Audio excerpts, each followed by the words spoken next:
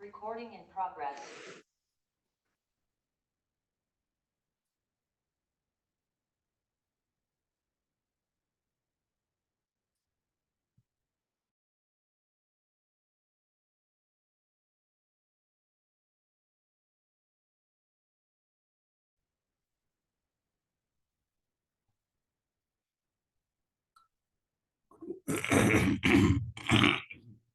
Good morning, everyone.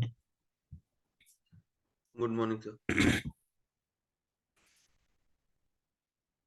Today, we'll be starting with the lecture of 11th standard CBSE. आपल्याला 11th CBSE मध्ये introduction, theory, recording of transaction 1 and 2, bank reconciliation, trial balance, depreciation, provisions and reserves एवढा आहे first part मध्ये. ही first book आहे. आणि second part मध्ये financial statements, final accounts चा भाग आहे. तर आपण सुरुवात करूया.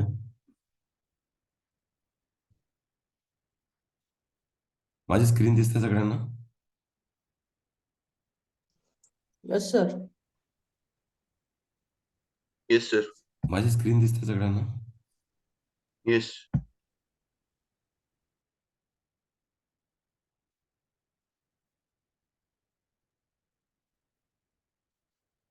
इंट्रोडक्शन टू अकाउंटिंग हा स्क्रीन दिसते का तुम्हाला?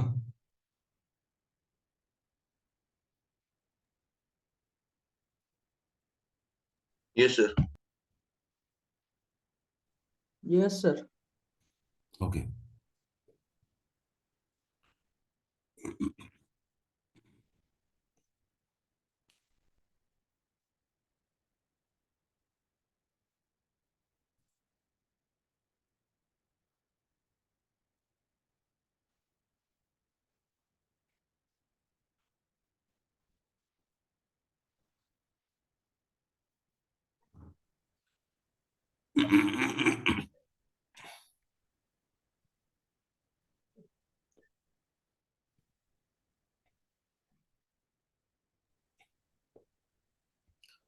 इंट्रोडक्शन टू अकाउंटिंग मध्ये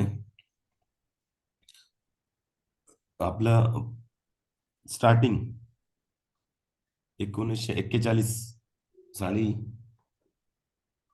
American Institute of Certified Public Accountants यांनी एक डेफिनेशन दिली आपल्याला.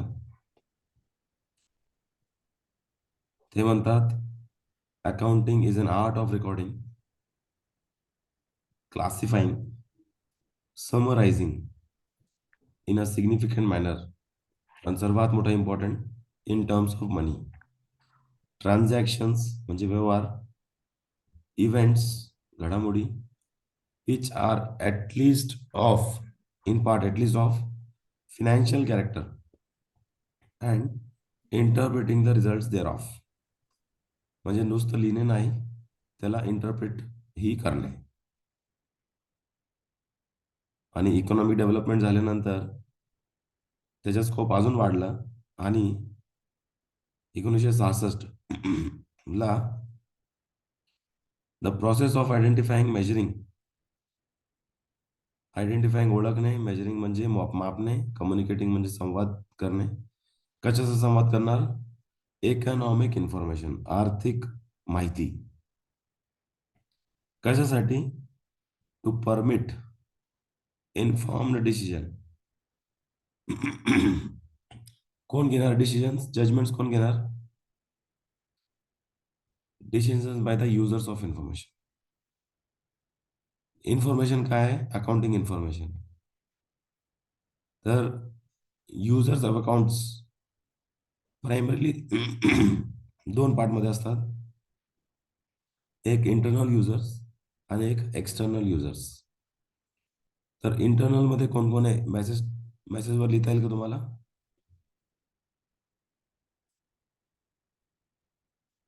इंटरनल युजर्स कोण कोण असू शकते?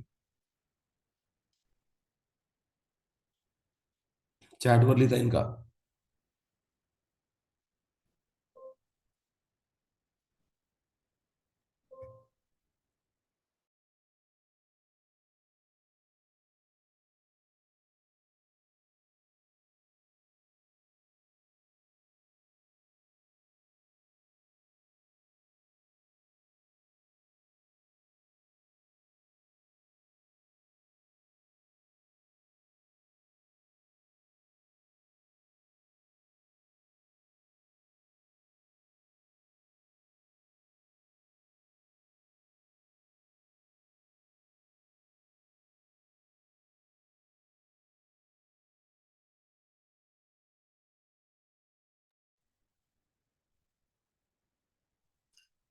चांगले चांगले उत्तर आले.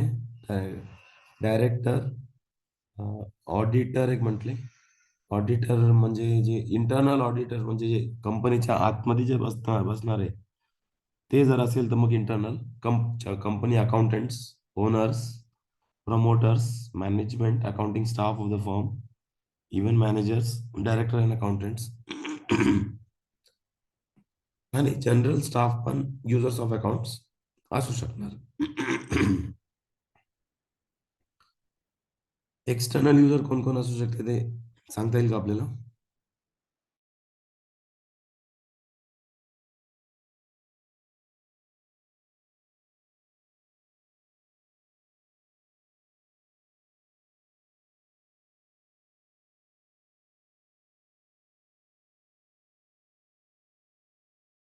चांगला उत्तर आला. Creditors, share holders, very good. अजून investors, customers, good. Banks, very good.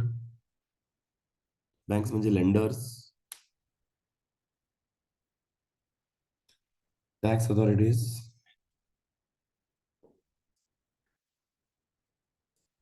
Very good.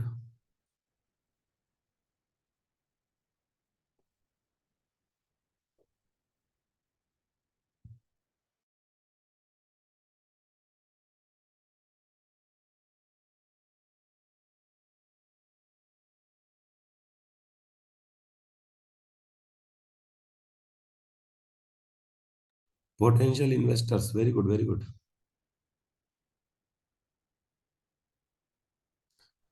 ठीक आहे, थोडंसं पुढे घेऊ आपण. The entire accounting process revolves around this chart.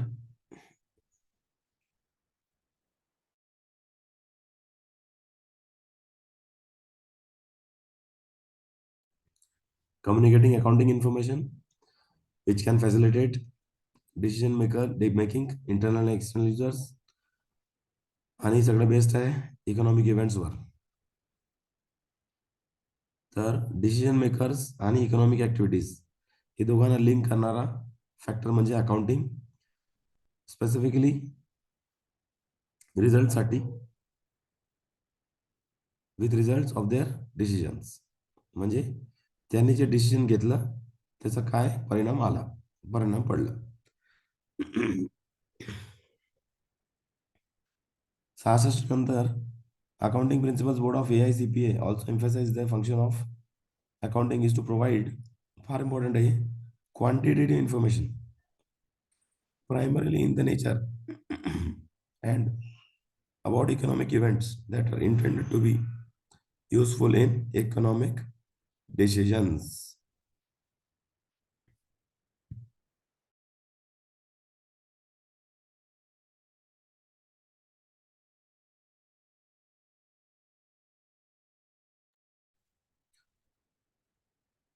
तर याला जर आपण थोडंसं डिकोड केलं तर फार मोठं इम्पॉर्टंट जे आहेत इकॉनॉमिक इव्हेंट असला पाहिजे.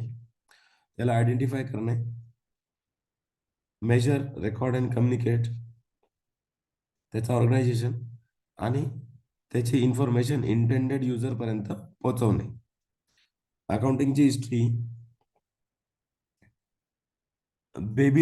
बेबीलोनिया असं एक, म्हणजे आपण जे बेबी सोना म्हणतो ते नाही, बेबिलोनिया म्हणून एक जागा आहे किंवा एक शहर आहे समजा, आणि इजिप्त, तिथे 4000 वर्षपूर्वी, आज आजपासून 4000, आजपासून नाही, आजपासून 6000 होईल ते. आजपासून 6000 वर्षपूर्वी, कारण की हे 4000 BC आहे आणि BCच्या नंतर 2000 वर्ष झाले ऑलरेडी. तर who recorded the transaction of wages and taxes on clay. त्याच्यानंतर ग्रीसमध्येही त्याचा काही ट्रेस भेटला. चायनामध्ये सोफिस्टिकेटेड फॉर्म ऑफ अकाउंटिंग होता अर्ली 2000 BC वर. आणि आपल्या भारत देशमध्ये आले तर कौटिल्य एक मिनिस्टर होते चंद्रगुप्त किंगडम मध्ये, त्यांनी अर्थशास्त्र असा एक बुक लिहिलं. हे सगळं करताना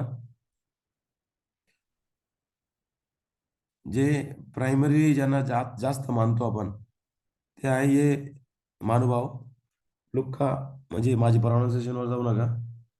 मी थोडा त्याला ड्रॅमॅटिक करतोय कारण की तुम्हाला इंटरेस्टिंग वाटूया म्हणून.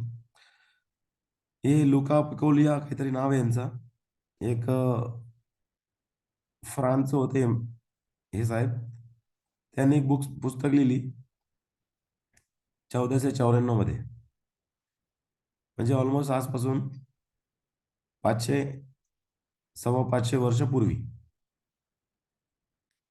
त्यांनी कॉन्सेप्ट दिला डबल एंट्रीचा, डबल एंट्री बुक.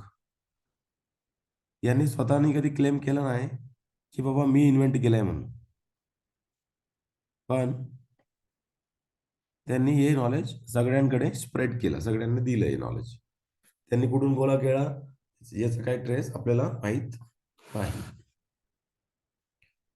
माझा गला बसलेला आहे. तुमच्याकडे मी जे सांगतोय तुमच्याकडे पोहोचतोय का? Yes, एक sir. दोन दिवसाची Yes, अडचण sir. आहे.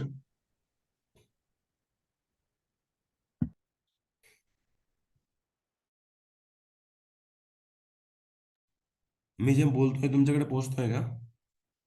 Yes, sir.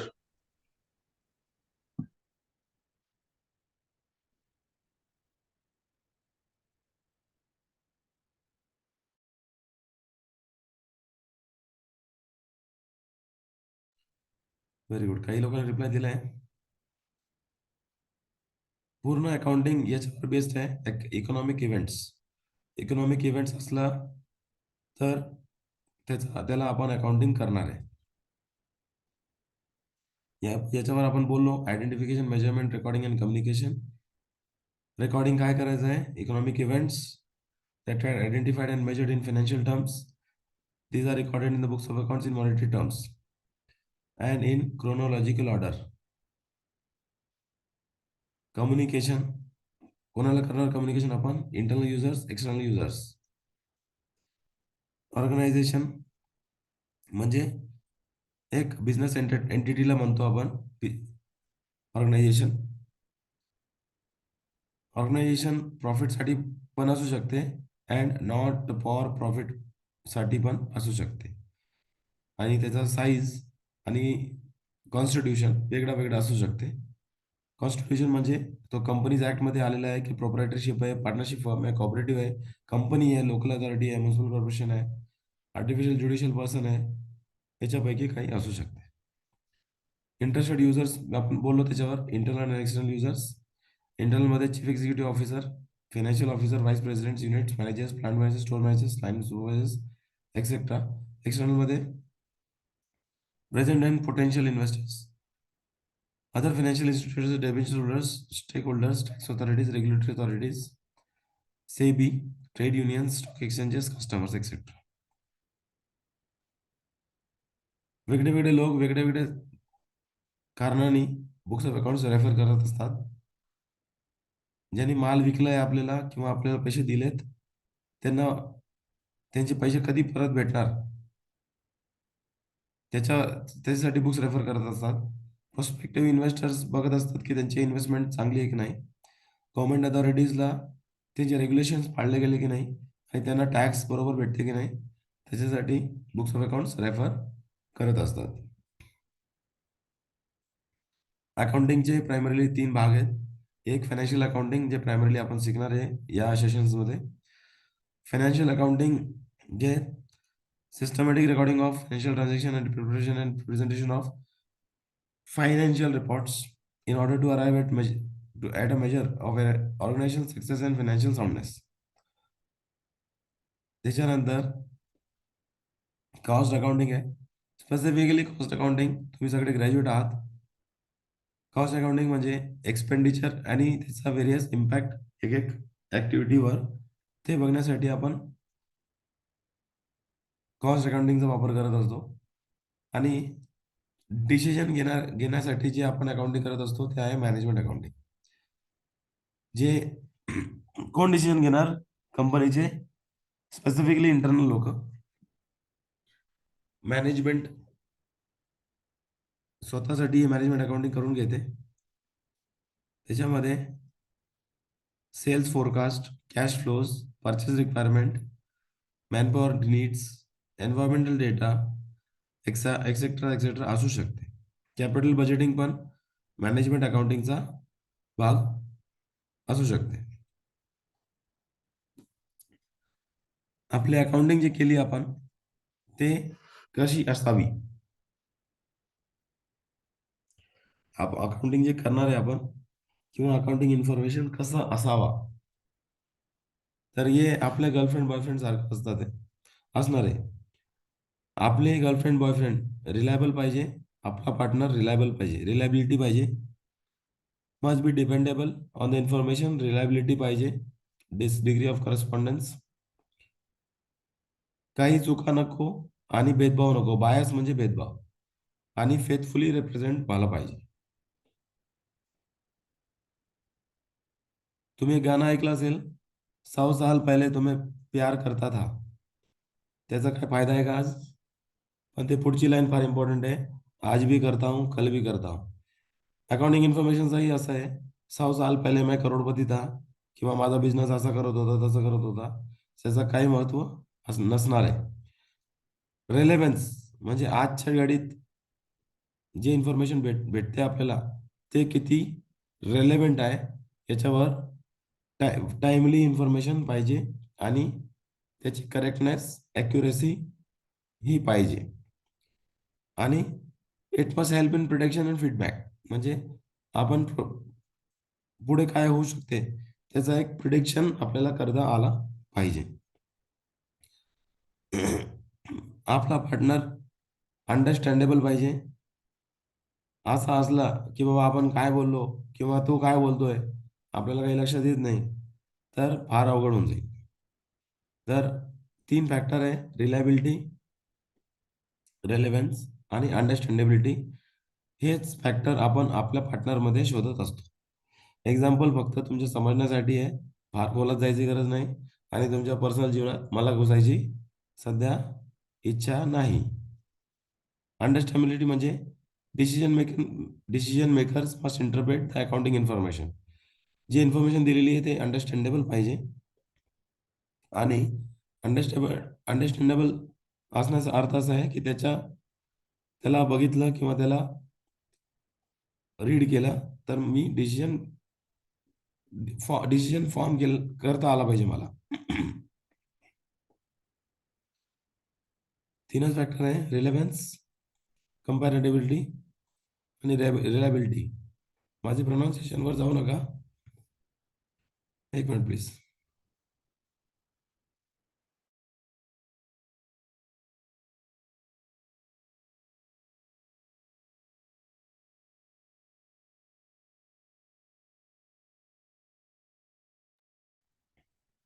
इथपर्यंत सगळे माझ्या सोबत आहे का?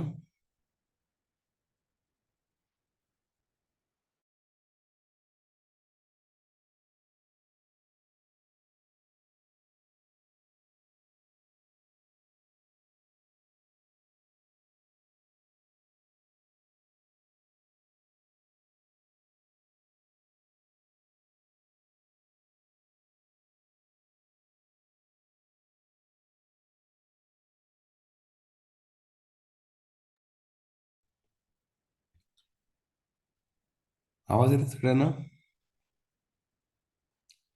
हो सर. माझा आवाज येते बरोबर? Yes, sir. गुड.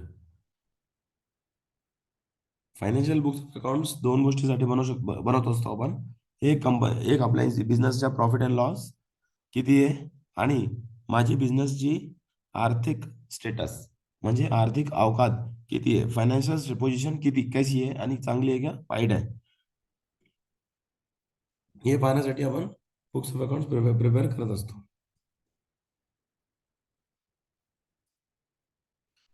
हे काय कॉन्सेप्ट आहेत, हे फार इम्पॉर्टंट कॉन्सेप्ट आहेत.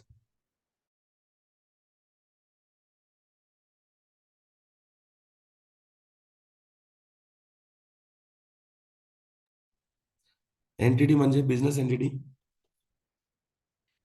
बिझनेस आणि बिझनेसमॅन हे वेगळा वेगळा असतो. जरी आपला बिझनेस आपलाच असेल तरी बिझनेस आणि बिझनेसमॅन वेगळा वेगळा ट्रीट करत असतो आपण. आणि त्याच्यामुळे आपण अकाउंटिंग कशी होते ते आपण रेकॉर्डिंग ऑफ ट्रान्झॅक्शन मध्ये पाहणार आहे. ट्रान्झॅक्शन म्हणजे व्यवहार. व्यवहार म्हणजे एक कुठलाही इव्हेंट ज्याच्यामध्ये काही व्हॅल्यू इन्व्हॉल्ड आहे, म्हणजे मनी इन्व्हॉल्ड आहे, between two or more entities, and it can be purchase goods, receipts of money, payment, creditors or in expenses. Assets फार इम्पॉर्टंट गोष्ट आहे. ॲसेट ॲसेटवर तुम्हाला क्वेश्चन्स येणारच आहे. क्वेश्चन म्हणजे काय, तुम्हाला ॲसेटवर डेप्रिसिएशनचा क्वेश्चन असू शकते. ॲसेटचा कुठले कुठले कॉस्ट ॲसेटवर लोड करायचा याचा क्वेश्चन असू शकते. ते आपण पुढचे चॅप्टर आले तर तेव्हा आपण बघूया. Assets are economic resource. These are economic resource of the enterprise which can be expressed in terms of monetary terms. पण मी असं म्हणत असतो की असेट एक असा इकॉनॉमिक रिसोर्स आहे की जे आपण एक्सप्लॉइट करतो किंवा यूज करतो for a period of more than 1 year. For a period more than 1 year to conduct the business. जसं एखादा सुपर बाजार असेल, त्याच्याकडे ट्रक्स आहे, तर ते त्याच्यासाठी असेट झाला. कारण की तो आपल्या बिझनेसमध्ये यूज करत असतो ट्रक्सला. हा चार्ट तुमच्याकडेही असेल. असेट जे आहेत, 2 कॅटेगरीमध्ये ते बायफर्केट करत असतो आपण, एक करंट असेट्स आणि एक नॉन करंट असेट्स. तर करंट असेट्समध्ये काय आहे, जे एका वर्षामध्ये चेंज होतात. म्हणजे एका वर्षामध्ये ते एक पिरियडिक सायकलमध्ये, एक ऑपरेटिंग सायकलमध्ये ते चेंज होतात. आणि नॉन करंट असेट्समध्ये नॉर्मली ते एक अकाउंटिंग पिरियडमध्ये किंवा एक ऑपरेटिंग सायकलमध्ये चेंज होत नाही किंवा पूर्णच ओव्हरऑल होत नाही. ओव्हरऑल थोडासा चुकीचा वर्ड आहे इकडे. फिक्स्ड असेटमध्ये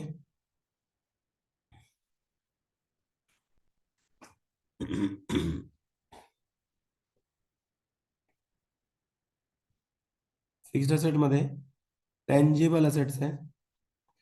टँजिबल असेटमध्ये म्हणजे तुम्ही तुमच्या पार्टनरला एक सोन्याची वस्तू गिफ्ट केली, ते तुमच्यासाठी किंवा त्यांच्यासाठी टँजिबल असेट, म्हणजे त्याला आपण बघू शकतो किंवा स्पर्श करू शकतो. इनटँजिबल असेट म्हणजे तुमच्या हृदयात किती प्रेम आहे, ते इनटँजिबल असेट्स. म्हणजे थोडक्यात म्हणणं असं आहे की असे असेट्स ज्याला आपण स्पर्श करू शकत नाही. जसं की एखादा लायसन्स असेल तुमच्याकडे, एखादा समजा पीयूसी वाला आहे, पीयूसी वाल्याला सरकाराकडनं काही लायसन्स घ्यावं लागतं की बाबा मी पीयूसी इश्यू करणार आहे. तर त्याच्यासाठी ते जे ॲसेट, ते जे लायसन्स आहे ते एक ठराविक पिरियडसाठी असेल तर तो इनटँजिबल असेट असणार. पुढचा कॉन्सेप्ट थोडा इम्पॉर्टंट आहे, कॅपिटल वर्क्स इन प्रोग्रेस. म्हणजे कॅपिटल वर्क्स इन प्रोग्रेस म्हणजे असे असेट्स किंवा असे कामा की जेणेकरून ज्याच्यावरून आपण एक असेट प्रिपेअर करतोय. जसं एखादा बिल्डिंग प्रिपेअर करतोय किंवा आपण एखादा फर्निचर प्रिपेअर करतोय, है ना, किंवा एखादा मोठी मशिनरी प्रिपेअर करत असतो आपण. तर ते सगळ्या गोष्टी, ते assets capital work in progress आहे. हे असेट्स जेव्हापर्यंत पुट टू यूज होत नाही, पुट टू यूज जेव्हापर्यंत होत नाही तेव्हापर्यंत त्या असेट्सवर आपण डेप्रिशिएशन लावत नाही. जेव्हापर्यंत असेट्स बनत नाही, तयार होत नाही, आणि ज्या असेटला आपण आपल्या कामासाठी जे इंटेंडेड यूज आहे त्याच्यासाठी आपण एम्प्लॉय करत नाही, तेव्हापर्यंत त्याच्यावर डेप्रिशिएशन लागत नाही. कॅपिटल वर्क इन प्रोग्रेस सगळ्यांना समजला काही, थोडा इम्पॉर्टंट होता म्हणून रिपीट केलं. Yes, sir.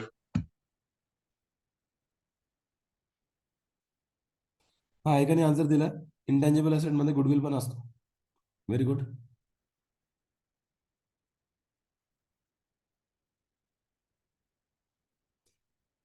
Capital work in progress समजला का सगळ्यांना? Yes, sir. ओके. कोणी आपल्याला सांगू शकतो का इनटँजिबल असेट्स अंडर डेव्हलपमेंट? स्वतःला अनम्यूट करू शकता तुम्ही, किंवा चॅटवर पण मेसेज टाकू शकता. Intangible asset under development.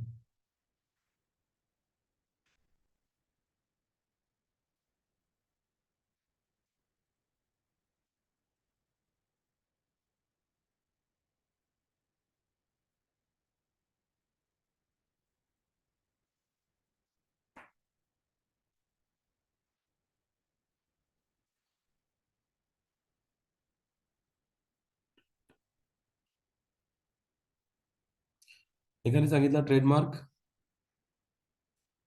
Intangible asset under development. Trademark under development असू शकते का?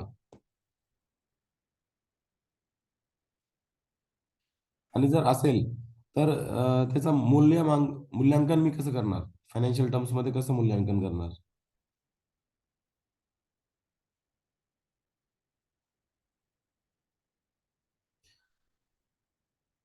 ठीक आहे.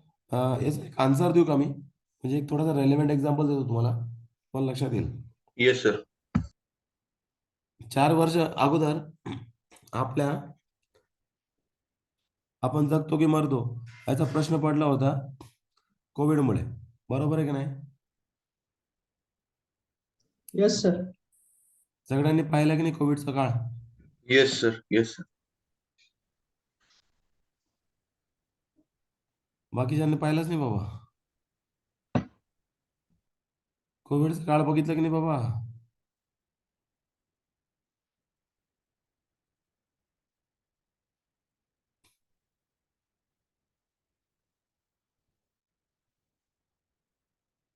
दोन लोकांनी 3 लोकांनी पाहिलं फक्त कोविड.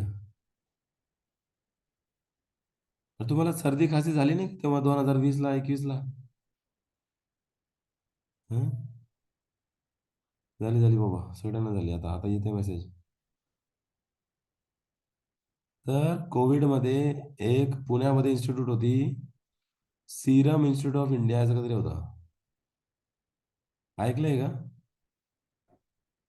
Yes sir. ऐकलंय. आणि तेच ते त्याचा इम्पॉर्टंट. मालकाचं नाव सांगता येईल का?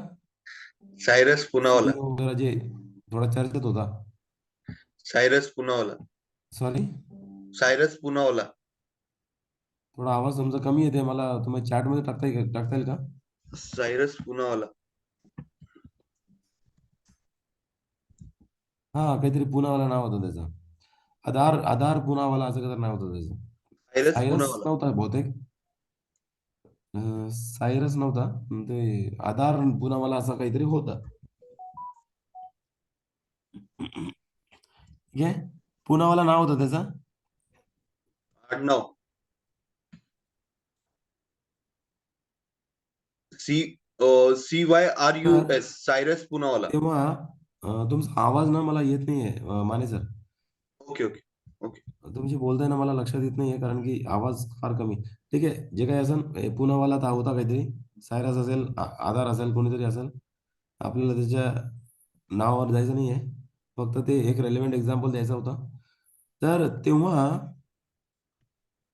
सरकाराचा प्रेशर होता की बाबा वॅक्सिन बनवून घे भैया लवकरात लवकर. हे ऐकलंय तुम्ही? Yes sir. हो, sir. हा, एकदम करेक्ट नाव टाकलंय बहुतेक, सायरस पुनावाला. ठीक आहे, वडेवर. एक मला पुनावाल्याच्या घरी जायचं नाही आहे. नाही नाही. मला थोडंसं एक्झाम्पल असं द्यायचं आहे. सरकाराचा प्रेशर होता की नाही त्याच्यावर? येस पब्लिकचा प्रेशर होता की नाही? Yes yes yes. की बाबा तू लवकरात लवकर वॅक्सिन बनवून घे. हा. तर वॅक्सिन बनवण्यासाठी तो खर्च करत होता आणि वेगळे वेगळे जे केमिकल्स असेल किंवा जे दवाई असेल त्याला टेस्ट करत होता. बरोबर आहे की नाही? येस हे टेस्ट करताना त्याचा बराचसा खर्च लागला असेल. Yes sir. Yes sir. बरोबर आहे डेव्हलपमेंट ना? कॉस्ट. तर तेव्हा आता असं झालंय का की बाबा आज तो बसला सकाळी आणि संध्याकाळपर्यंत त्याचा फॉर्म्युला तयार झाला, असं असं झालं का?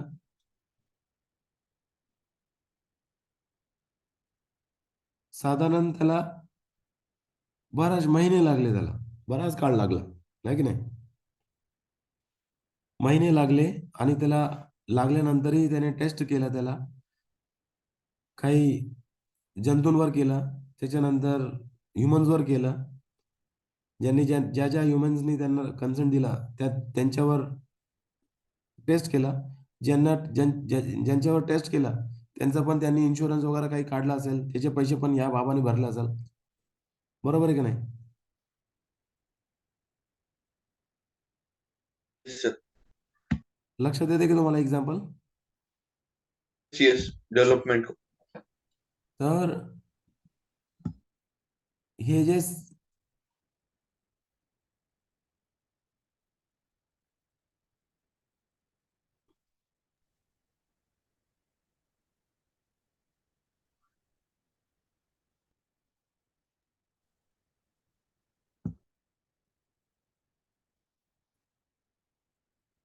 एक मिनिट होल्ड करा.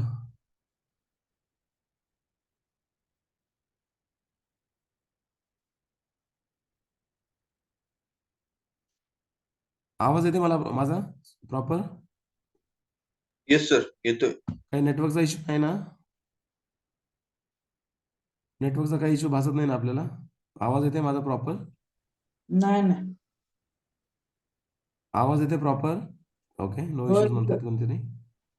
Very good, very good. ठीक आहे, ठीक आहे. तर जेव्हा ज्या परिस्थितीत ते पुनावाले साहेब हे बनवत होते, ते त्यांच्यासाठी इनटँजिबल ॲसेट अंडर डेव्हलपमेंट होता. जेव्हापर्यंत तो तयार झाला नाही, तेव्हापर्यंत तो ॲसेट अंडर डेव्हलपमेंट होता. तुम्हाला एक्झाम्पल लक्षात आला का? जेव्हापर्यंत ती ॲसेट तयार झाली नाही किंवा ते फॉर्म्युला तयार झाला नाही, तेव्हापर्यंत ती ॲसेट अंडर डेव्हलपमेंट होती. बरोबर? Yes, sir. एक्झाम्पल लक्षात आला? हो सर. हो.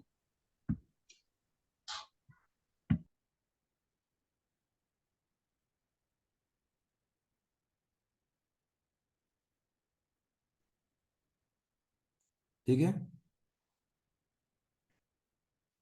Okay fine. आपण काही अजून अजून थोडंसं पाहू. एक हे फिक्स्ड असेट्समध्ये पाहिलं आपण नॉन करंट इन्व्हेस्टमेंट्स, म्हणजे थोडेसे जे लॉंग टर्म इन्व्हेस्टमेंट असतात त्याला म्हणत असतो आपण. डेफर्ड टॅक्स असेट ही छोटी मोठी कॉन्सेप्ट आहे. हे आपण जसं पुढे लेक्चर करणार तेव्हा आपण त्याचं बघू.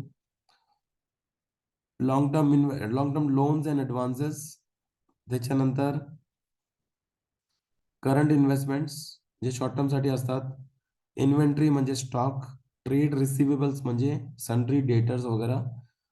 ट्रेड म्हणजे आपल्या बिझनेसमध्ये जे आपल्याला पैसे येणार आहेत त्याला आपण म्हणत असतो ट्रेड रिसिव्हेबल्स. कॅश आणि कॅश इक्विव्हॅलंट्स माहिती आहे सगळ्यांना? कॅश आणि कॅश इक्विव्हॅलंट्स, आपल्याकडे डीडी असेल तो कॅश इक्विव्हॅलंट असतो. Yes. Short term loans and advances and other current assets, एवढा असतो ॲसेटच्या ग्रुपिंगमध्ये.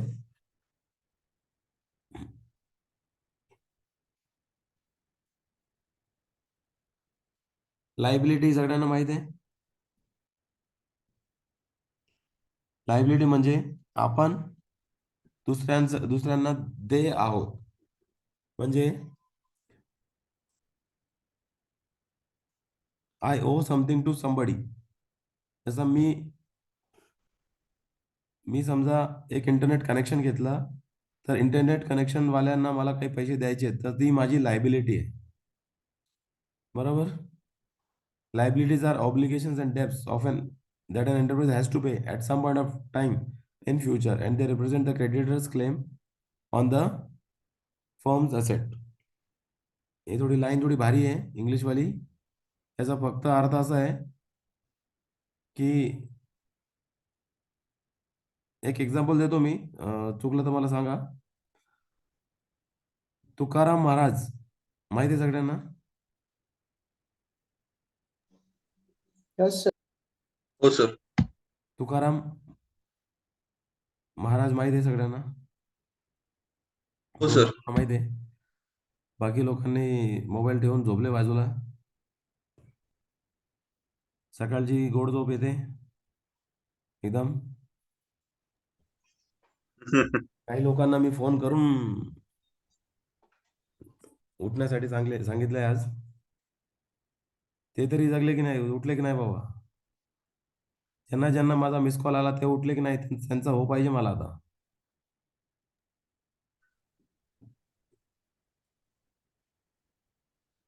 आला काय येस आला अजून बाकी.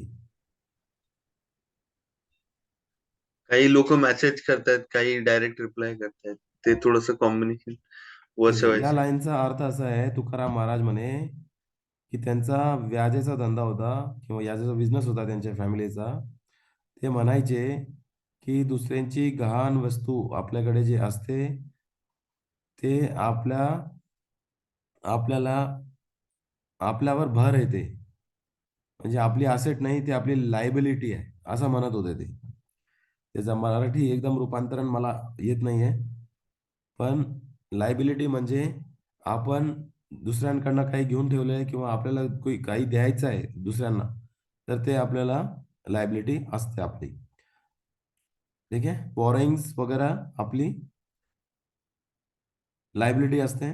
लायबिलिटीज मध्ये एक नॉन करंट आणि एक करंट. आता करंटचं मिनिंग आपण पॉवर सेक्टरमध्ये जाण्यासाठी प्रयत्न करतोय. ते करंट आणि हे करंटमध्ये फार मोठा फरक आहे. बरोबर. पण एका सिमिलॅरिटी आहे की हे करंट आणि ते करंट ताबडतोबचं काम आहे. आपला करंट म्हणजे काय, एका ऑपरेटिंग सायकलमध्ये, एका अकाउंटिंग पिरियडमध्ये ते चेंज होणार किंवा त्याला उलाढाल होणार. आणि आपण जिथे ज्याची एक्झाम देणार आहे तिथला करंट लागलं की आपण वाचतो की नाही त्याची काही गॅरंटी नाही. पटते का? Yes sir. पटलं तर लाईक मारा, शेअर मारा, हो म्हणा, काहीतरी म्हणा. मला लक्षात येईल की तुम्ही झोपले नाही. Yes sir. येस. ही ऑनलाईन मीटिंगचा फार वैशिष्ट्य असतो. ऑनलाईन अटेंडन्स फार इझी असते. आवाज कमी करायचा आणि रजाई घेऊन परत झोपायचा. नाही सर, आरामशीर काही जाता येते.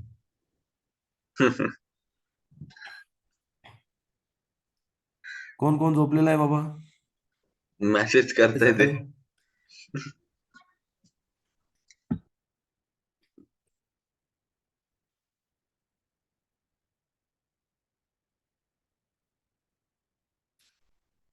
जिंदा होने का सबूत तो दो गुरुजी.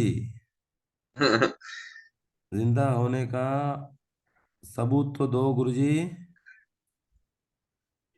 सिर्फ सांसें लेना ही को जिंदा नहीं कहते. वा वा, क्या ते काही बात. जमलं नाही ते. तरी पण चांगलं. ते काल ऐकलं मी, त्याचे शब्द विसरलो मी. तरी पण चांगल्या पद्धतीने बोलला सर.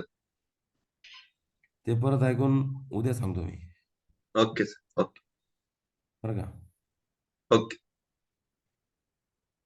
नॉन करंट लायबिलिटीज मध्ये long term defer tax liabilities, जसा वरती असेट होता तसं डेफर टॅक्स लायबिलिटी आहे. ते पण कॉन्सेप्ट आपण नंतर करू. हे कॉन्सेप्ट नंतर करू असं म्हटल्यावर मी प्रयत्न करतोय की अवॉइड करण्यासाठी. पण मी तुम्हाला ॲडवाईज करणार आहे की तुम्ही कुठेतरी लिहून ठेवा. हे डेफर टॅक्स लायबिलिटी आपल्याला शिकायचं आहे, डेफर टॅक्स ॲसेट आपल्याला शिकायचं आहे. कुठेतरी तुमच्या नोटबुकमध्ये पाठीमागच्या पानामध्ये लिहून घ्या. एका दिवशी जेव्हा आपला ॲडव्हान्स लेक्चर चालू होईल तेव्हा मी सांगणार आहे. जर तुम्ही विचारलं नाही तर मी विसरून जाणार आणि मी मुद्दाम स्किप करणार. मुद्दाम स्किप करणार. सर, आपल्याला तर तुमची पूर्ण जबाबदारी सिलेबस काय आहे कव्हर याच्यावर? करायचे. लिहून ठेवून नोट्स विचारणे.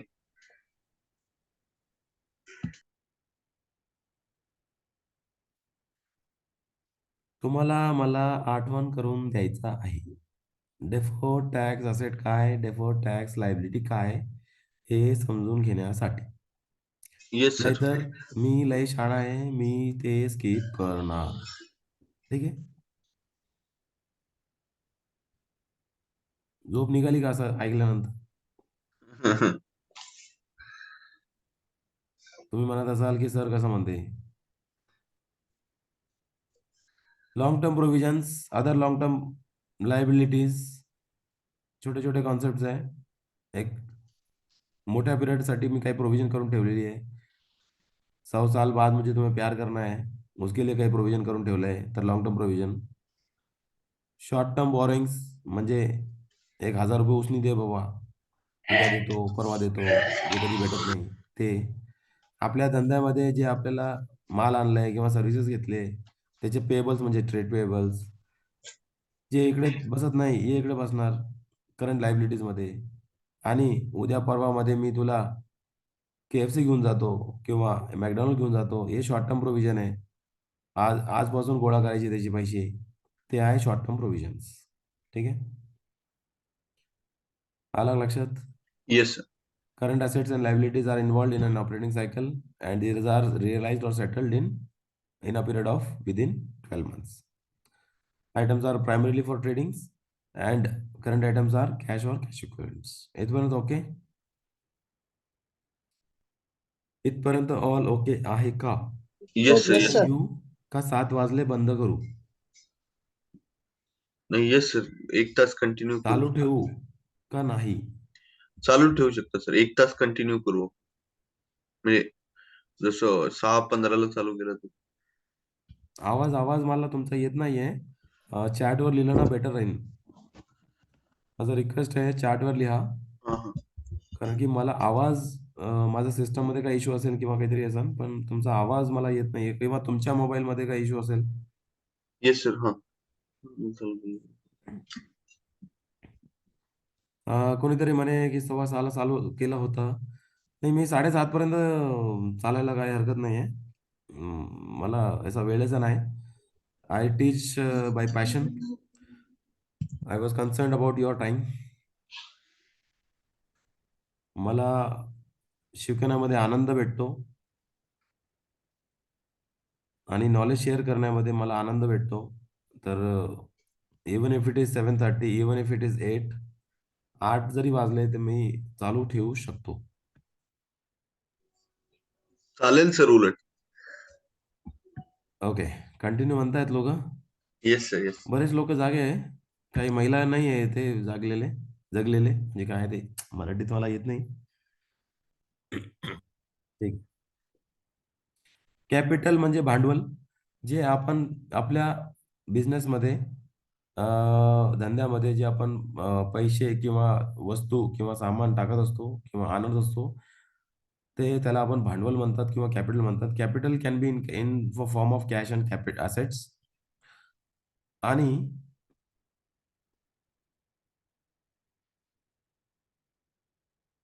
जे आपण कॅपिटल टाकलंय, तर बिझनेस एंटिटी जी आहे माझी, त्याची लायबिलिटी आहे की ते कॅपिटल मला परत करणे.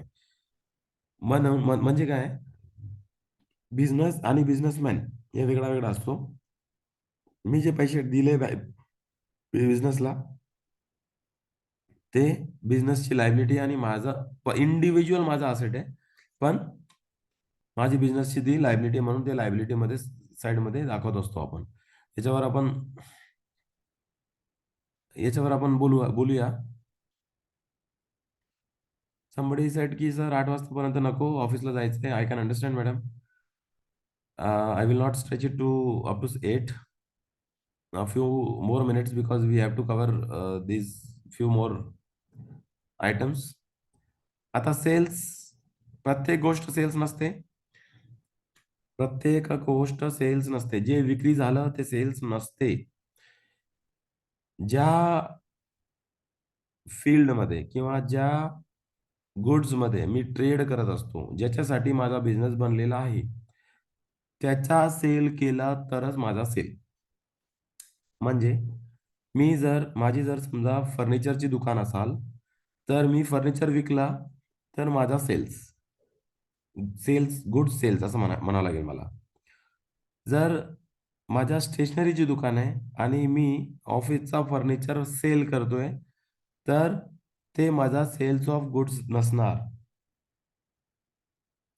हे कोणाकोणाला लक्षात आलं?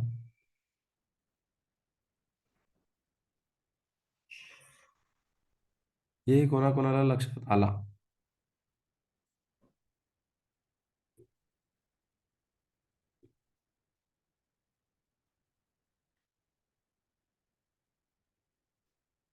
तुमचा रेस्पॉन्स फार इम्पॉर्टंट आहे माझ्यासाठी.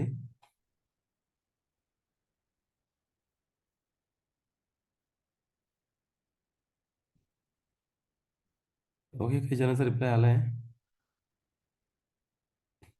ज्या गुड्स मध्ये मी डील करत असतो त्याचा जर मी सेल केला आणि तरच त्याला सेल मारणार, आणि इतर वस्तूचा काही सेल केला तर तो सेल नाही. तो प्रॉफिट अँड लॉस अकाउंटच्या क्रेडिट साइडमध्ये येणार नाही. ठीक आहे. रेव्हेन्यूज म्हणजे काय? मला जे इन्कम होते त्याला मी रेव्हेन्यू म्हणणार. Revenue can be sales revenue, revenue can be other income also. तर revenue is also called as income. Expenses important आहेत.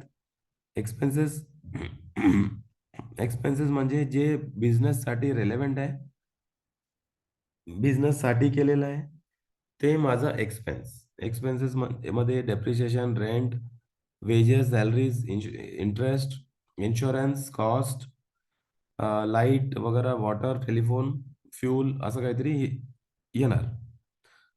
एक्सपेंडिचर त्यापेक्षा अजून इम्पॉर्टंट आहे. एक्सपेंडिचर मध्ये दोन टाईपचे इन्व्हेस्टमेंट असतात, एक्सपेंडिचर असतात. एक असतो रेव्हेन्यू एक्सपेंडिचर. म्हणजे याचा थोडासा अर्थ असा घ्या की रेव्हेन्यू कमवण्यासाठी जे खर्च केलाय ते रेव्हेन्यू एक्सपेंडिचर. म्हणजे काय? रेव्हेन्यू मी दररोज कमवत असतो आणि रेव्हेन्यू एक्सपेंडिचरचा इम्पॅक्ट एका वर्षाच्या खाली असतो. एका वर्षापेक्षा कमी त्याचा इम्पॅक्ट असलं तर त्याला आपण म्हणत असतो रेव्हेन्यू एक्सपेंडिचर. आणि असे काही एक्सपेंडिचर ज्याचा इम्पॅक्ट वर्षानुवर्ष असणार आहे, तर ते आपला कॅपिटल एक्सपेंडिचर. म्हणजे समजा मी माझ्या बिझनेससाठी गाडी घेतली. बिझनेससाठी गाडी घेतली, तर गाडी एक कॅपिटल एक्सपेंडिचर आहे. गाडी एक कॅपिटल एक्सपेंडिचर आहे. पण गाडी चालवण्यासाठी, बिझनेस करण्यासाठी मला गाडी चालवावी लागेल. गाडी चालवण्यासाठी मला त्याच्यात हवा भरावं लागेल, पेट्रोल भरावं लागेल, किंवा त्याच्यासाठी ड्रायव्हर ठेवावा लागेल. तर त्या ड्रायव्हरचा सॅलरी, हवा भरण्याचा कॉस्ट, फ्यूल कॉस्ट आणि गाडी मेंटेनन्सचा कॉस्ट, हे सगळं माझा रेव्हेन्यू एक्सपेंडिचर. आला लक्षात इथपर्यंत? Yes sir. आला लक्षात इथपर्यंत? Yes sir. मी बिझनेससाठी कम्प्युटर घेतला, ते माझा कॅपिटल एक्सपेंडिचर, कारण की कम्प्युटर मला एका वर्षापेक्षा जास्त वर्षासाठी साथ देणार आहे. पण कम्प्युटर सुरू ठेवण्यासाठी मला पॉवर लागतो, किंवा आधीमध्ये काही सॉफ्टवेअरचे सबस्क्रिप्शन लागतात. तर हे माझा रेव्हेन्यू एक्सपेंडिचर होणार आहे. तर सॉफ्टवेअर जे आहेत कधी कधी रेव्हेन्यूमध्ये येतात, कधी कधी कॅपिटलमध्ये पण येतात, कारण की त्याचा इम्पॅक्ट किती लॉंग लास्टिंग आहे त्याच्यावर डिपेंडेंट आहे. एखादा सॉफ्टवेअर वन टाइम घेतलाय, परत परत कधी रिचार्ज किंवा काही करण्याची गरज नाही, तर त्याला तुम्ही रेव्हेन्यू एक्सपेंडिचर ट्रीट करू शकता. एखादा सॉफ्टवेअर आहे जे स्पेसिफिकली रिन्युएबल आहे, म्हणजे ते दरवर्षी रिन्यू करावं लागते, तर त्याला तर रेव्हेन्यू एक्सपेंडिचर मध्येच टाकावं लागेल. एखादा सॉफ्टवेअर आहे, ऐका माझा लक्षपूर्वक, एखादा सॉफ्टवेअर आहे जे विकत घेतलं मी, विकत घेतल्यानंतर त्याची व्हॅलिडिटी सोबत आली. व्हॅलिडिटी सोबत आली, इथपर्यंत लक्षात आलं का?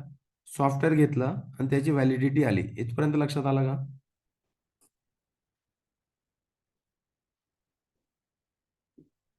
म्हणजे एखादा एक्झाम्पल असं देतो मी. समजा विंडोज 11चा मी सॉफ्टवेअर घेतला, किंवा मायक्रोसॉफ्ट ऑफिसचा एक सॉफ्टवेअर घेतला.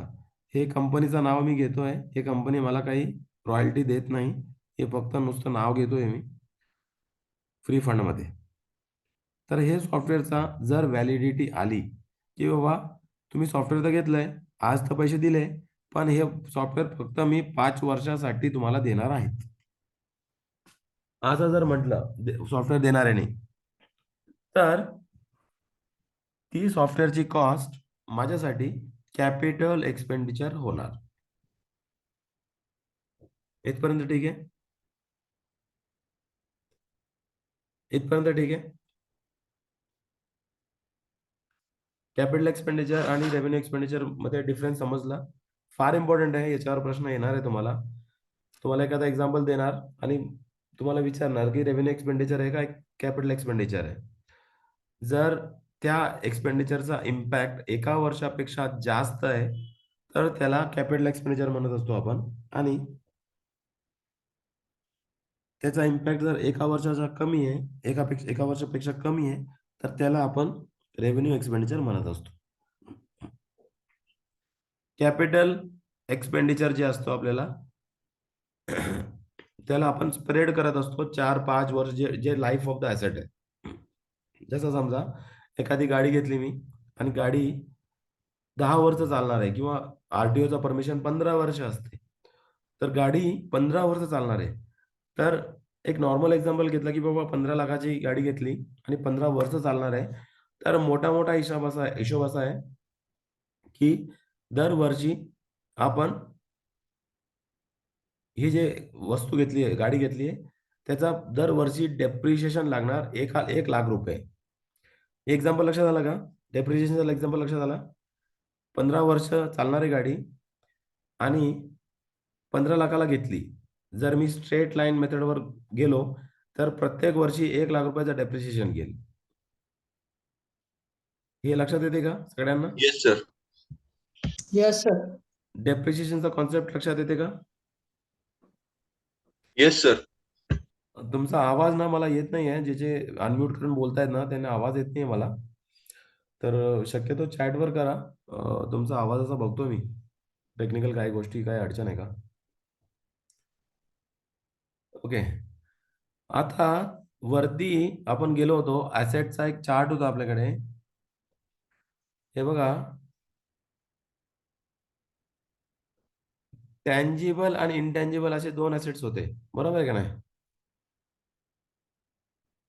याचा ऑब्सोलन्स, याचा घसरण, याचा diminishing in the value is referred as depreciation. बरोबर? लगेच हो म्हणा, कारण की इनटँजिबल असेटवर जायचं आहे मला. इनटँजिबल असेटवर जायचं आहे.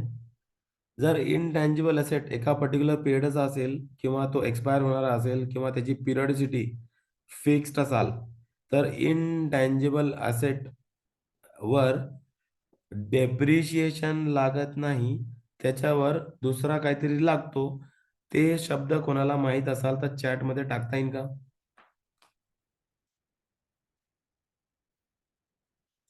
इनटँजिबल असेटवर डेप्रिशिएशन लागतो, पण टँजिबल असेट्सवर डेप्रिशिएशन लागतो, पण इनटँजिबल असेट्सवर डेप्रिशिएशन लागत नाही. त्याच्यावर काहीतरी दुसरा वेगळा लागतो. ते काय लागतो ते सांगता येईल का? माहित आहे तर यस म्हणा, लिहा.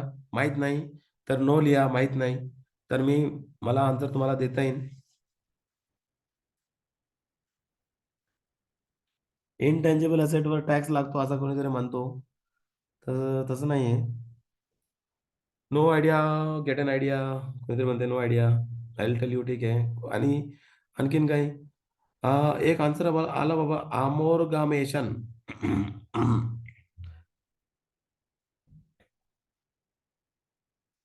तर त्याचा स्पेलिंग काहीतरी हुकलंय, तर त्याचा आन्सर असतो अमोर्टायझेशन. अमोर्टायझेशन, AMORTISATION असं काहीतरी स्पेलिंग आहे त्याचं.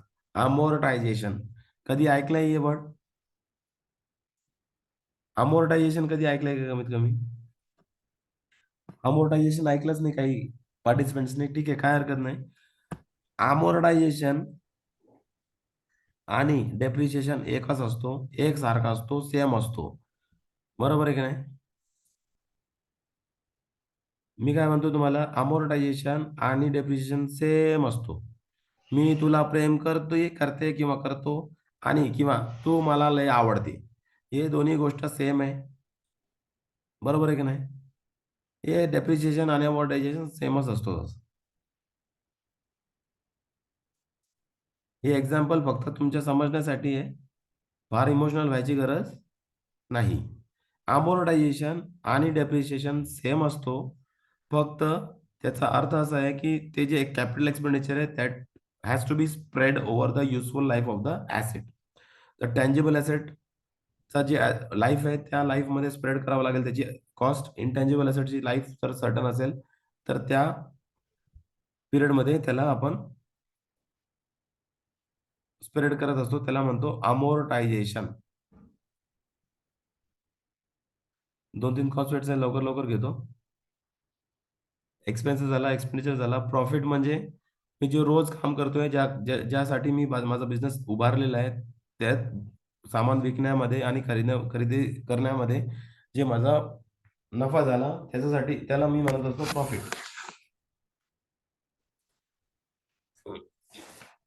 प्रॉफिट आणि गेन थोडेसे वेगळे असतात.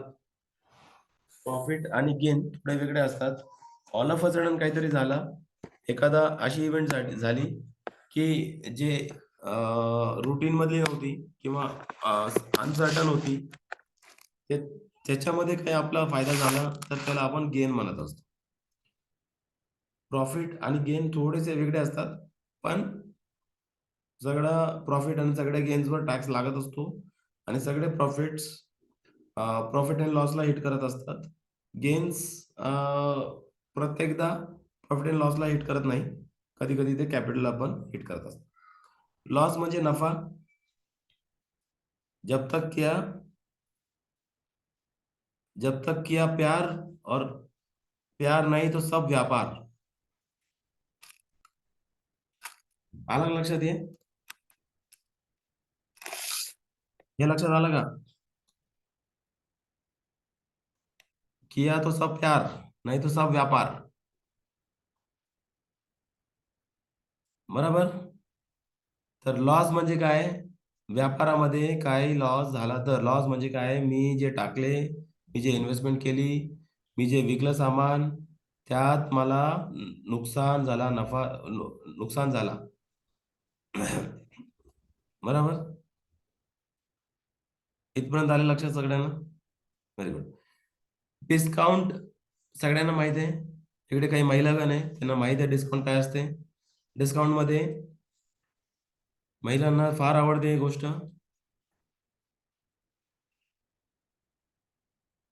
डिस्काउंट भेटलं नाही तर सामान घ्यायचं नाही. बरोबर आहे की नाही? आपल्याकडे 2-3 महिला आहे, फक्त एकच जबाब देते.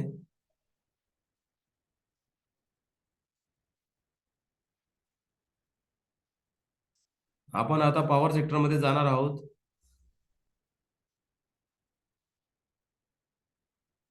Very good, very good, very good. Madam तर फार पुढे आहे.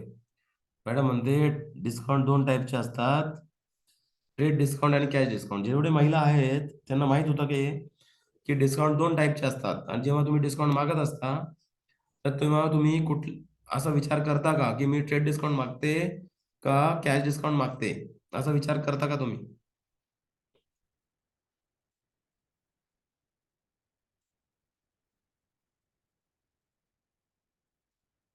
असा विचार करता का कधी?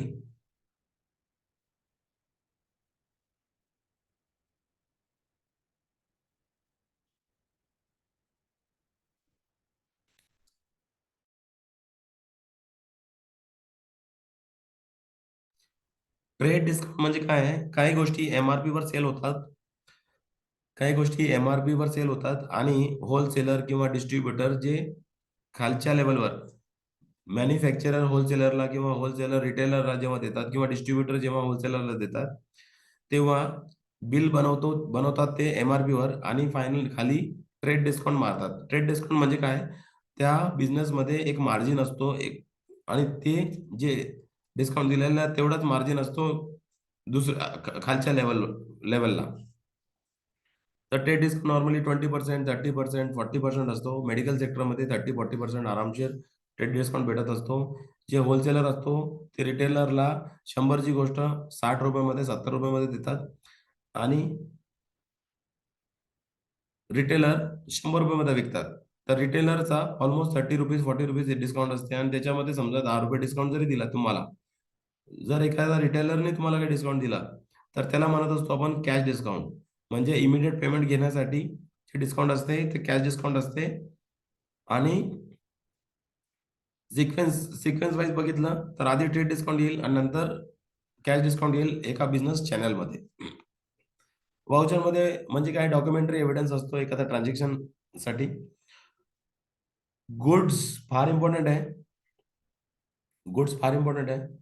लहानपणी मी शाळेच्या बसमध्ये बसायचो आणि त्या ड्रायव्हरच्या बाजूला बसायचो. बरेच गाड्या पाहायचो मी, गुड्स कॅरियर.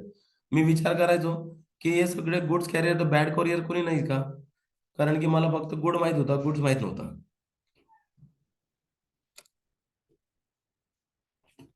एक्झाम्पल लक्षात आलं का तुम्हाला?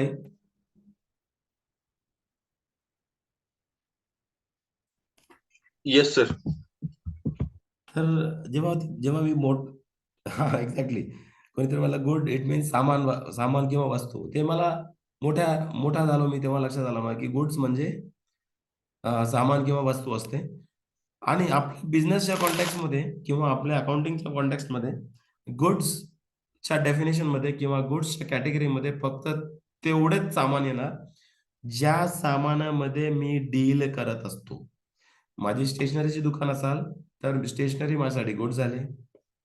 माझं जर डेअरी असेल तर दूध आणि दूधचे प्रोडक्ट्स माझ्यासाठी गुड्स होणार. मी जर फरसाणची दुकान आहे तर माझ्यासाठी सारे फरसाण माझ्यासाठी गुड्स झाले. मी जर फर्निचरची दुकान आहे माझी तर फर्निचर माझ्यासाठी गुड्स होणार. आलं का लक्षात? गुड्सची डेफिनेशन फार इम्पॉर्टंट आहे. दुकानामध्ये ठेवलेली प्रत्येक गोष्ट माझ्यासाठी गुड्स नव्हे.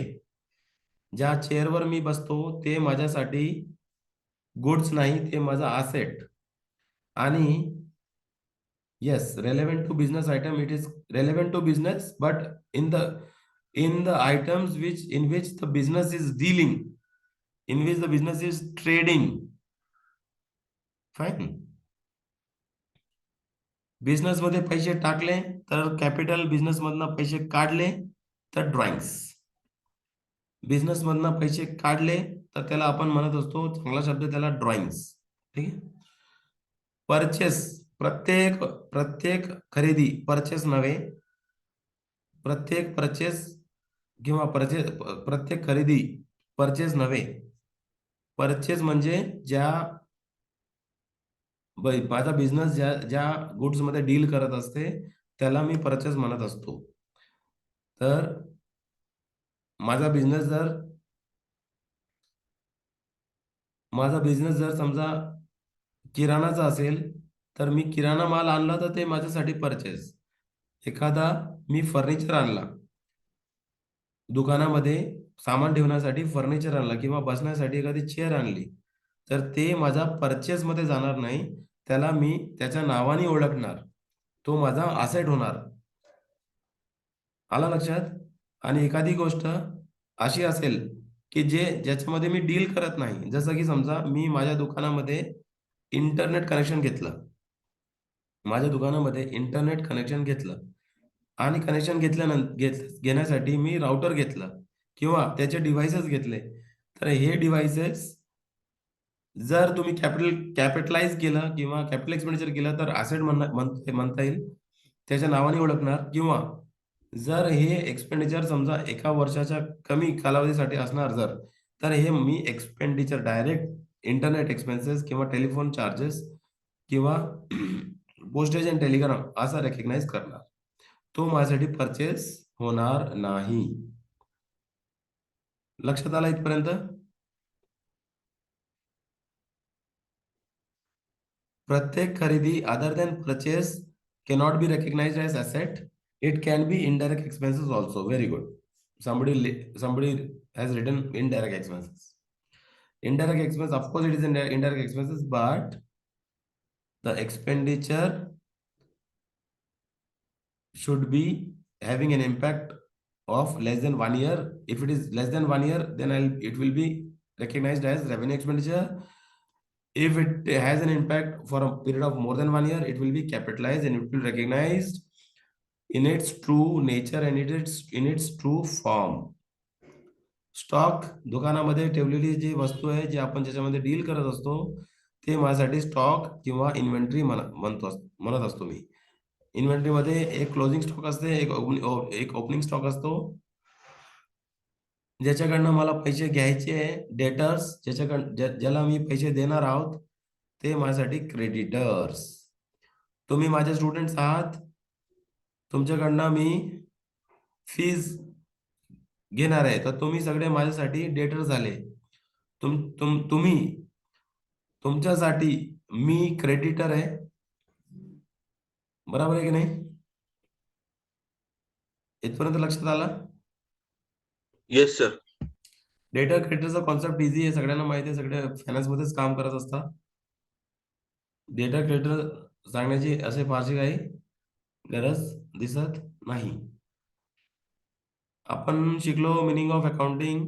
Accounting as a source of information for internal users आणि एक्सटर्नल युजर्स. त्याच्यानंतर क्वालिटेटिव्ह आस्पेक्ट शिकले आपण.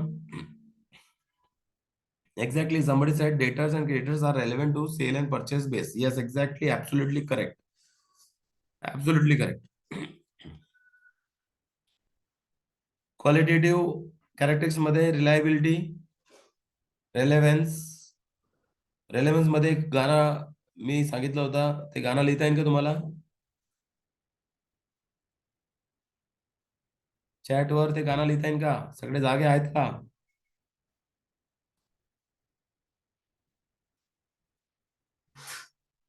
रेलेव्हन्स साठी गाणं सांगितलं होतं. झोपले सगळे आता. क्या बात है, क्या बात है. 100 साल पहले मैं तुम्हें प्यार करता था, तर त्याचा काही रेलेव्हन्स नसणार. तर रिलायबिलिटी म्हणजे भरोसासाठी असला पाहिजे, भरोसेमंद पाहिजे, अंडरस्टँडेबिलिटी पाहिजे, कम्पॅरेबिलिटी पाहिजे, दुसऱ्या सोबत कम्पेअर व्हायला पाहिजे, की तू किती छान, तू किती गोड. बर का? Objective, maintain goods, calculating profit, depict financial position, हे सगळं शिकलो आपण.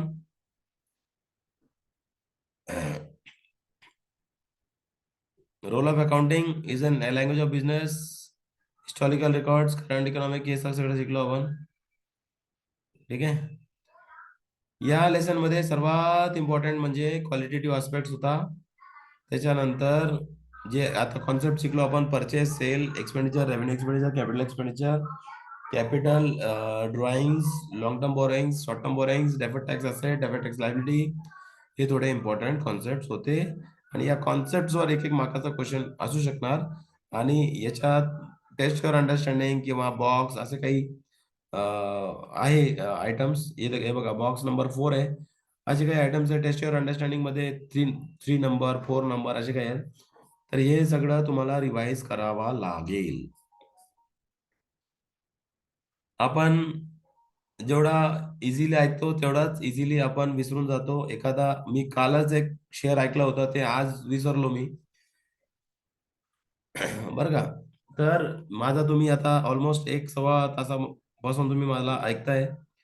तर हे ऐकताना तुम्ही ऐकलं, परत रिवाइज केलं नाही, तर सगळं विसरणार. सगळं विसरणार तुम्ही. It is very human to forget the things. रिव्हिजनचा सर्वात बेस्ट टेक्निक आहे, ज्या दिवशीचा त्या दिवशी रिव्हिजन करायचा. पहिला दिवस, त्याच्यानंतर 3ऱ्या दिवशी रिवाइज करायचा, त्याच्यानंतर 7व्या दिवशी करायचा, आणि त्याच्यानंतर 30व्या दिवशी करायचा. 1, 3, 7 आणि 30 असे रिव्हिजन जर केले तर तुम्हाला परमनंट याद होईल, किंवा परमनंट लक्षात येईल तुम्हाला, आणि ते विसरणार नाही तुम्ही. आणि जर पहिला दिवस झाला, तुम्ही आपल्या मनाला कन्व्हिन्स केलं की मी घरी जाऊन वाचते, संध्याकाळी वाचते, ऑफिसमध्ये वाचते, उद्या वाचते, परवा वाचते, एकदा तुम्ही प्रोकास्टिनेट केलं म्हणजे ढकलला पुढे, तर ते असं पाहायला होईल की ते परत तुम्ही कॅच करू शकत नाही. परत ही ट्रेन कॅच करू शकत नाही. आणि सुरुवातीचे कमीत कमी 10 लेक्चर्स तुमच्यासाठी फार फार फार फार इम्पॉर्टंट आहे. जर 10-12 लेक्चर जर तुम्ही ऐकलं तर जनरल लेजर ट्रायल बॅलन्स पर्यंत आपण जाणार आहोत. तिथपर्यंत तुम्ही आले तर त्याच्यावर बेस्ड रिकन्सिलेशन, BRS किंवा रेक्टिफिकेशन किंवा फायनल अकाउंट्स ही असणार आहे. जर 10-12 लेक्चरची थोडीफार गडबड झाली, एखाद्या दिवशी तुम्ही रिवाइज नाही केलं, एखाद्या दिवशी तुमचं इंटरनेट कनेक्शनच गेलं किंवा फार झोप लागली सर ऐकता ऐकता मी मध्येच झोपलो, असं काही झालं तर तुम्ही ट्रेन मिस करणार आणि हे तुम्हाला परत परत लक्षात येणार नाही. तर I request you to revise right away right today. आता जर 15-20 मिनिटं असेल, आता लगेच पूर्ण टॉप टू बॉटम वाचून घ्या एकदा. तुम्ही बॉम्बे मध्ये जे राहतात, जे ट्रॅव्हल करत असतात, ते लोक स्पेसिफिकली ट्रेनमध्ये हे PDF घेऊन वाचा. वाचला नाही तर सगळं जाणार. 10-12 दिवस तुमच्यासाठी फार इम्पॉर्टंट आहे. Okay, all fine. तर टुमॉरो 6 o'clock मी फोन वगैरे नाही करणार लोकांना. शार्प 6 o'clock मी रेडी असतो. मी 5, 5:15 ला उठतो, असा काही उपकार नाही. पण मी 6 वाजता असतो तुमच्यासाठी.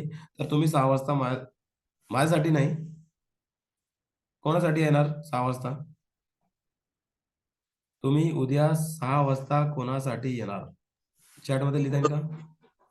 स्वतःसाठी. Very good. ज्यांनी आन्सर दिला स्वतःसाठी, तर त्यांचे ब्राईट फ्युचर दिसते मला. त्यांचा दिसते मला ब्राईट फ्युचर. जे आपल्यासाठी येते, सर्वांसाठी येते, माझ्यासाठी येते, त्यांचं काही खरं दिसत नाही. ठीक आहे, स्वतःसाठी या आणि एक्झाम तर क्रॅक तर करायचीच आहे आपल्याला. पण जे काय असेल, पण आपला जे उद्देश आहे सर्वात मोठा, ते आहे आपला नॉलेज. नॉलेज कधीही वेस्ट जात नाही आणि हा नॉलेज तुम्हाला पर्सनल मध्ये फार कामाला येईल.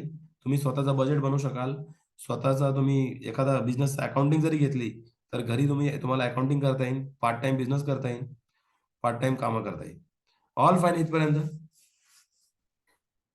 माझा घसा बसलेला आहे, तर कदाचित तुमच्याकडे माझा व्हॉइस एकदम क्लिअर, क्रिस्टल क्लिअर येत नसाल, त्यासाठी मी क्षमा याचना येतोय करतो. सर, येतोय प्रॉपर. आणि तरी आजचा तरी पण प्रॉपर लेक्चर येतोय. किंवा आजचा सेशन इकडेच संपते, असं मी सगळ्यांच्या वतीने, सगळ्यांची परमिशन घेऊन व्यक्त करतो. असं all fine. Okay, shall we shut down? Yes sir, Shall we thank you leave? Sir. Yes, sir. Thank you, sir. Okay, thank you so much. Tomorrow morning 6 o'clock sharp. 6 o'clock start केला तर 7:30 पर्यंत 1.5 तास भेटेल आपल्याला, किंवा 1-1.25 Yes, तास sir. आरामशीर भेटेल. तर त्या हिशोबाने तयार राहा. Thank you so much.